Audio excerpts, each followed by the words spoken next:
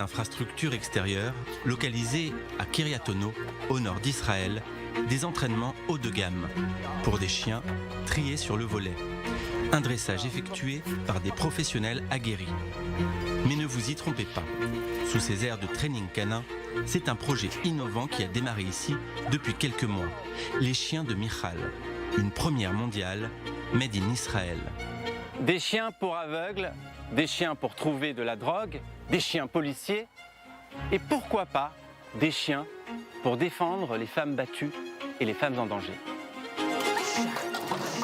Impossible de décrire l'enfer de ces femmes bien trop nombreuses qui subissent les coups de leurs compagnons. Comme Daled, cette femme a subi la violence conjugale de son ex-mari durant de nombreuses années. La terreur s'est installée dans notre foyer par étapes. La violence verbale est devenue physique, mais aussi économique. J'ai tenté plusieurs fois de partir avec les enfants, mais chaque fois mon ex-mari me rattrapait. Et puis on en est arrivé à un stade où ma vie et celle de mes 5 enfants étaient en danger. J'en ai parlé autour de moi et j'ai trouvé les moyens de fuir. Mais il a continué à nous harceler, nous menacer. Je suis tout le temps dans la peur, en hyper-vigilance quand je sors de chez moi. Alors quelle solution pour ces personnes brisées? C'est la question à laquelle ce projet avant-gardiste tente de répondre.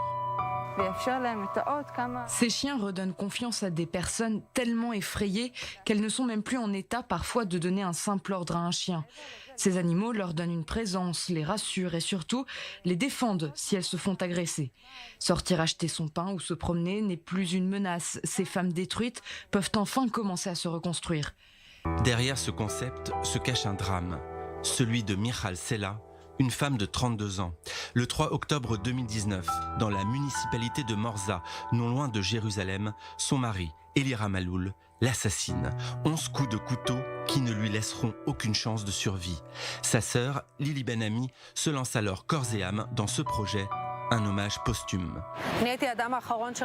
Je suis la dernière à avoir vu ma sœur vivante. 1h30 après, elle était assassinée par son mari dans des conditions bien trop difficiles à décrire.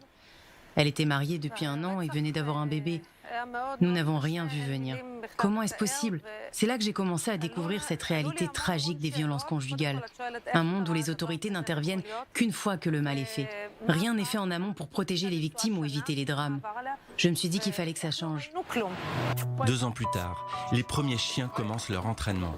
Et attention aux apparences, ce chien de garde n'attaque pas, il défend sa maîtresse. Ces chiens sont là pour défendre et non attaquer. Ce sont des animaux très sociables.